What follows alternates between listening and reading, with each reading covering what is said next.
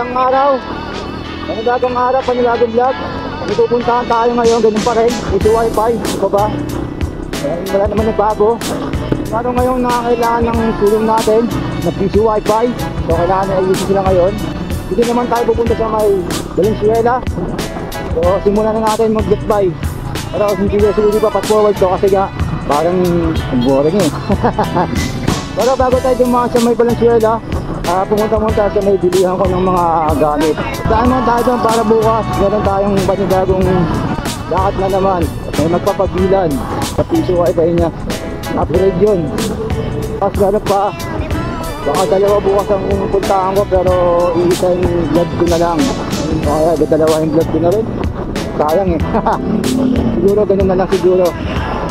Isang bilan, upgrade, tapos isang nasirang piso wifi na nabasa nung kanyang mismong piso wifi box at nag-short side daw. So tignan natin kung maaayos pa yun, pero pag hindi na, malamang papalitan na buong parts ng piso wifi niya.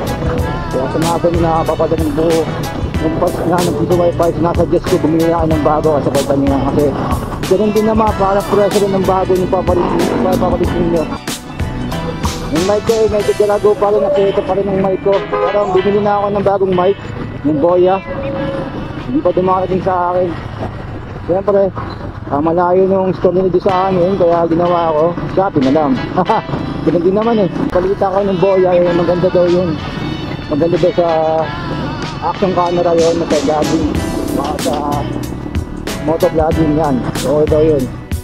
At siyempre, paulit-ulit ko sinasabi sa vlog ko, sa mga gusto magpagawa, message ko lang ako sa Facebook account ko, saka sa YouTube channel ko. At available din sa akin ng mga piso wifi, arcade, coin changer at multi-vendor. Piso wifi may package tayo, package 1 to package 6. Sa package 1, may built-in wifi na siya. At 50 meters nung haba ng nung signal niya, o nung long range na ng wifi signal.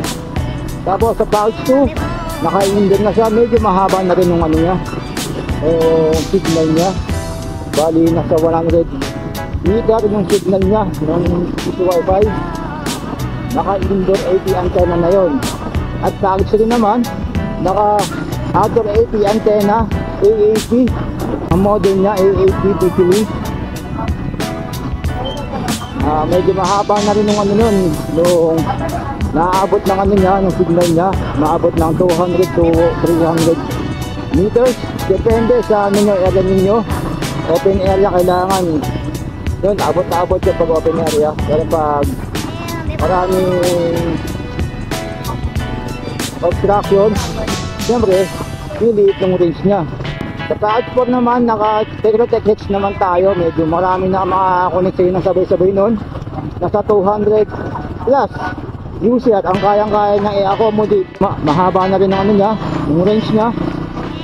So 100 meters to 150 meters. Naka-indoor 80 antenna naman siya. At sa package 5, dahil din tayong naka-hex pa rin siya. 200 pa rin yung user na kaya nun i-accommodate sa isang transaction. At syempre naka-outdoor 80 antenna na siya. Ayun ang kagandahan doon, medyo malawak na ng nun. At medyo marami na rin yung user sa isang transaction. At syempre nung package 6 natin, multi-vendor na yun. Meron na siyang charging station. Syempre hindi mawawala yung piso wifi. Tapos may cash-in na rin siya at e-loading. Pwede rin natin lagyan ng centralized phone slot para sa mga PCnet owner. Medyo maganda na rin to. May sarili kayong e-wallet account at meron kayong e-loading account. Tapos sa coin changer naman, meron din ako coin changer. 2-in-1 na rin siya. May coin changer na siya at may coin counter na rin siya.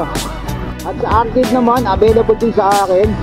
May iba-iba tayong variety ng arcade. Meron tayong Xbox setup, meron tayong Pandora setup, meron tayong setup.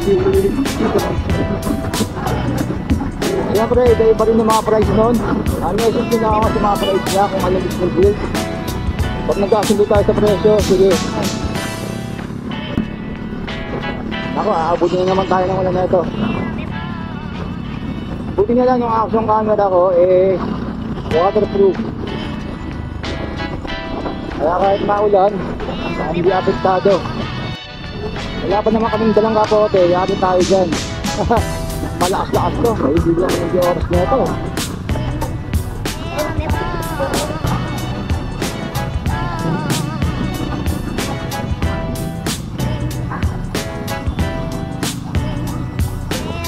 So ang video tayo sa may video lang ko ng mga piso wifi parts. Tamang tayo.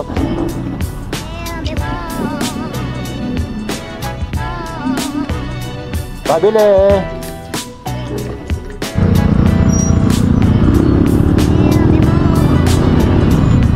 Zoomon ko. Zoomon na.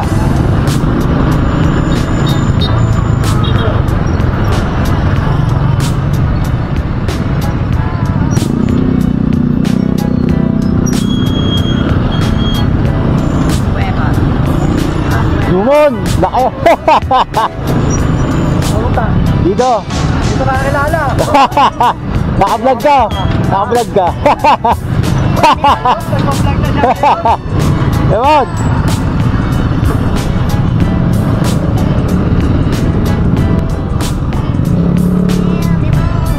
Pag nagagawi kayo dito sa may bandang papunta ng Valenzuela,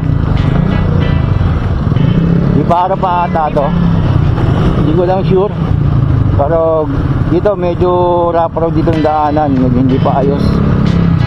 Marami-raming mga kalsada dito na malulubak.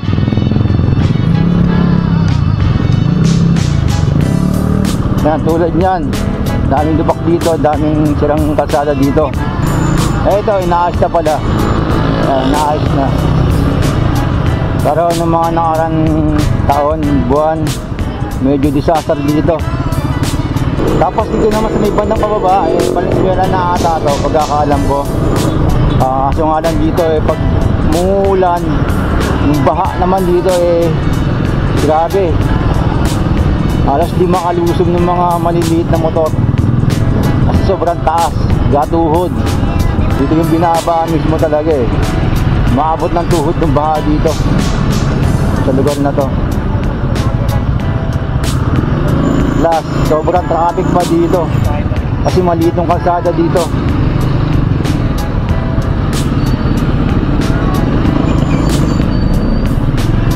So, umaapaw yung creek na yan.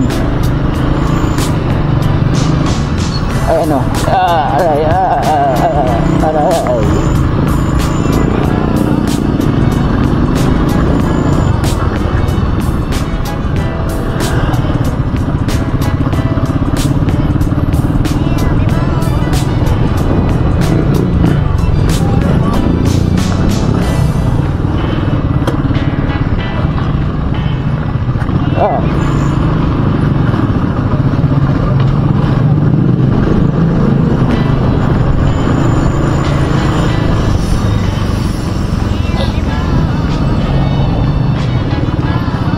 So medyo ayos na, inaayos nila.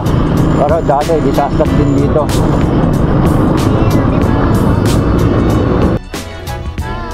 So dito sa piso wifi. Ito na yung saraan ng niya, piso wifi niya. Ito natin yung may-ari, ito natin yung sisi.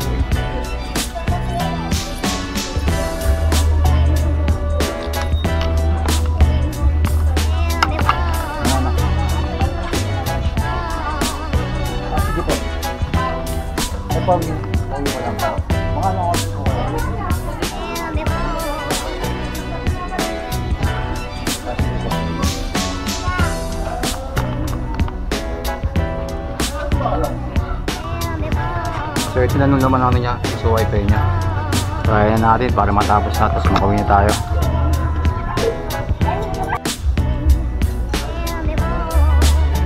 So okay na naman yung sir.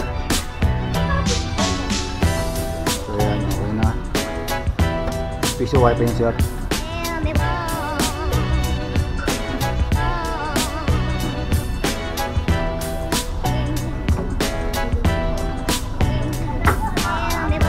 Ayan, okay siya.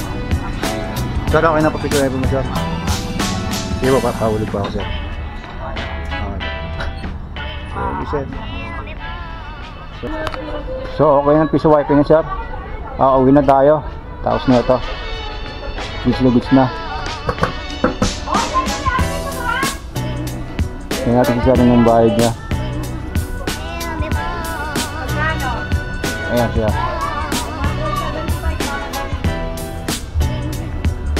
Sa mga gusto mong pagawa, message lang ako.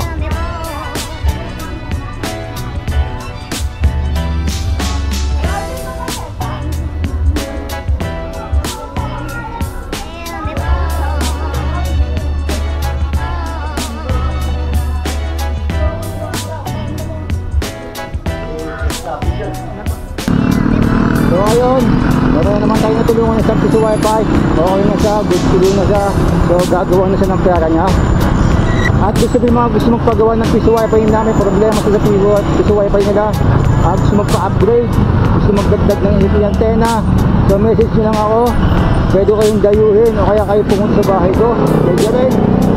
So ganito na siguro. Tapusin nyo na agad to, vlog ito. Bye bye.